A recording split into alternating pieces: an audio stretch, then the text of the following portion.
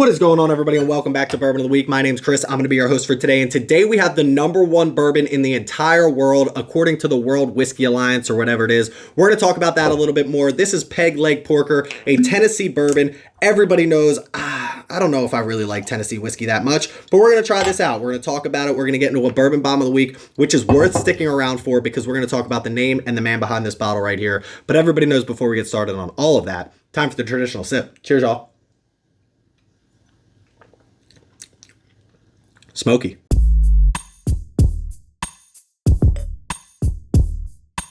First of all, huge shout out to Tony in my Discord for me being able to have this bottle in the first place. Check out our Discord and our Patreon page, both those links in the description below, and click that like and subscribe button while we're talking about it. This bottle from the Tasting Alliance won the best bourbon in the world. So there's 3 competitions across the year. There's San Francisco, there's New York, and there's Singapore. For the first time in 6 years, they took the 3 winners from each of those and put them head to head against each other, and this bourbon came out on top. And that's fine and everything, but soon we're going to have the Bourbon of the Week awards, and I can tell you, we've got to put it through the gauntlet of price, taste, drinkability before we decide if this is the #1 bourbon in the world. But let's talk about what we have here. This says right on here, minimum of 4 years age. Now, everything I read online said 4 to 6 years, so take that with a grain of salt. We do know the mash bill of 84, 8, and 8. 84% corn, 8% rye, 8% malted barley. Now, it is an undisclosed source, but if we think about that mash bill, it's probably Dickel, right? It's a Tennessee whiskey with 8488. It's most likely Dickel. I can't guarantee that, obviously, but everything points towards Dickel. Other than that, we know it's 90 proof. That's about it. We're going to talk about the charcoal filtering process that goes into this. It's kind of like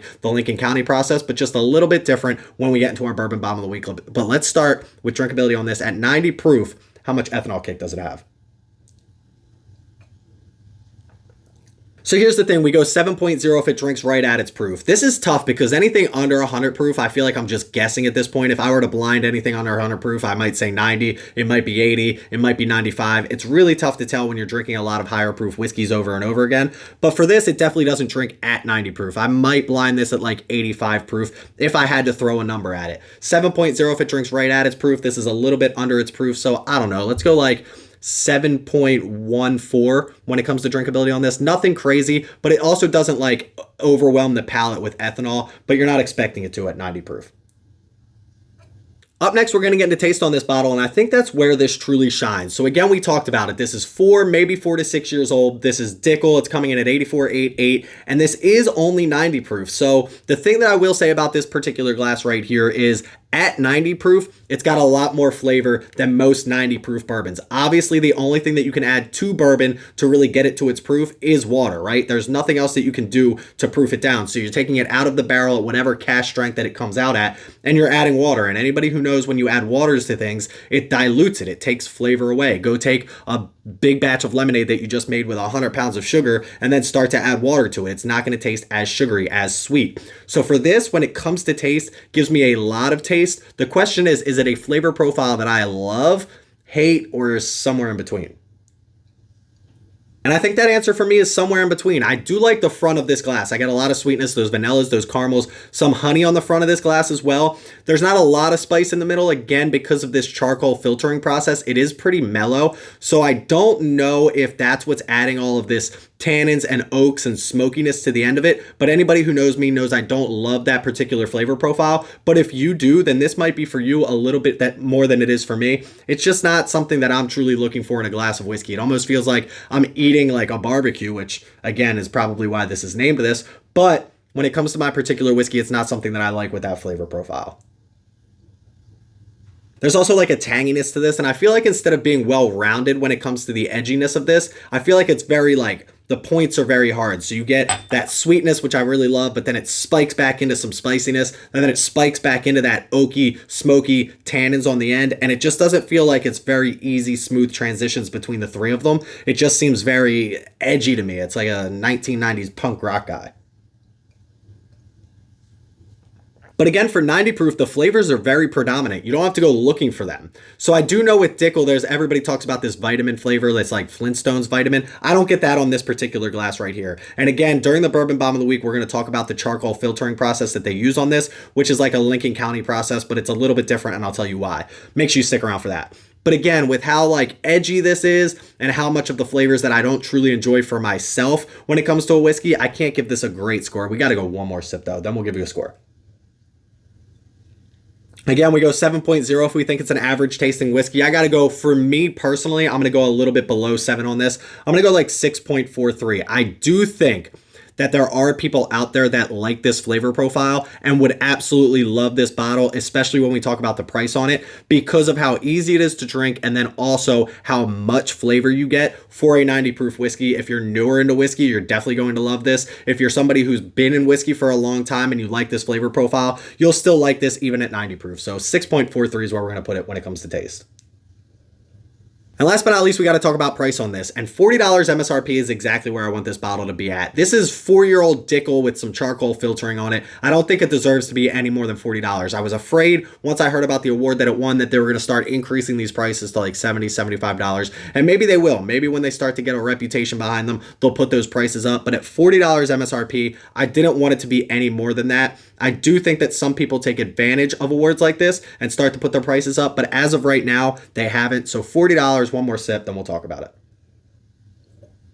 There seems to be like an unwritten rule within whiskey, and I don't know if I agree with it or disagree with it. I haven't really thought about it too much, but there seems to be an unwritten rule where it's supposed to be like $10 per year aged, which just seems a little bit outrageous to me because I know there's like 12-year Knob Creek that's not $120. I know there's 12-year Wild Turkey that's not $120. I know 12-year Elijah Craig that isn't $120. So 4 years, $40, is that like following along with that 10-year or $10 rule? Who knows? But I will say, I'm not a big fan of Dickel. I'm not a big fan of the flavor profile when it comes to this particular bottle, but $40 seems like a very fair price. So I'll go, I'm sorry, I got to take one more sip. I'm going to go right above a 7. I'm going to go 7.19. It seems like a fair spot for me just because, again, I don't particularly love this flavor profile. If you do, you would probably rank this a lot higher than I did, but I don't know how these awards work. I know like there's conspiracy theories and like the VMAs and number one Spotify is just you can buy your way to it. I don't think this guy's doing that. We're about to talk about him in a little bit, but this bottle right here, it's not number one whiskey in the world contender, at least not for me. If you guys have had it though, let me know in the comment section below if you think it's the number one whiskey in the entire world. Bourbon, my apologies. But listen, let's finish off this glass, and while I add these scores up, let's send it over to this week's Bourbon Bomb of the Week, learn about the name behind this and the man behind it as well. Cheers, y'all.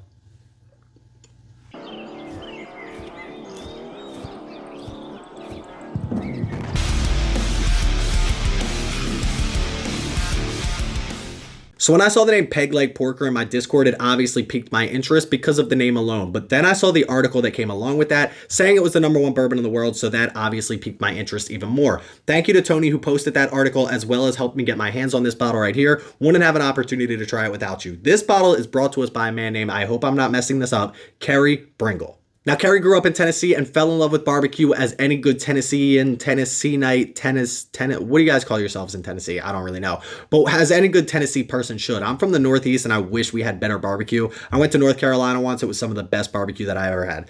That being said, this man, by the way, at the age of 17, lost his leg to cancer, beat cancer, and then came out with a restaurant for barbecue called Peg Leg Porker. If that doesn't tell you everything you need to know about this man, I don't know what will. He's obviously got a sense of humor, a love for barbecue, and appreciation for life because Peg Leg Porker from a man that lost his leg to cancer is just the best thing that he could have ever done. I think this is a great brand. He's got spices, he's got rubs, he's got a restaurant in Nashville, and now he's got whiskey as well. This is the type of guy that I want to hang out with when I go down to Tennessee.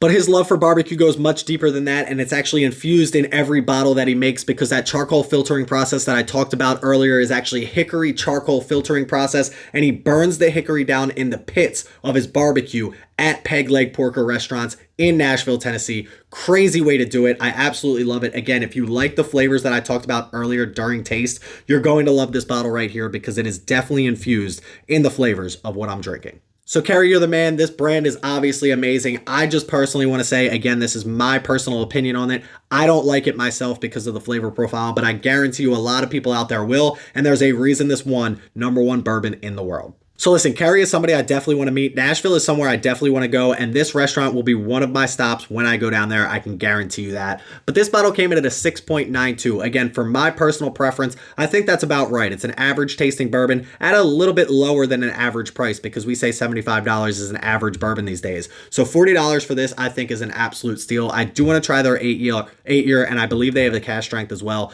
Don't quote me on that, though. But listen, that's where I'm going to leave it for today. If you've tried this bottle, comment in the comment section below and let me know what you think about it. I'm always interested in other people's opinions on bottles that I've had an opportunity to try. Check us out on Instagram at Bourbon of the Week. Go click that follow button over there. Click that like and subscribe button here on YouTube. I would greatly appreciate it. Check out our Patreon page and our Discord. Both those links in the description below. Please don't drink and drive. Always drink responsibly. Stay healthy, stay happy.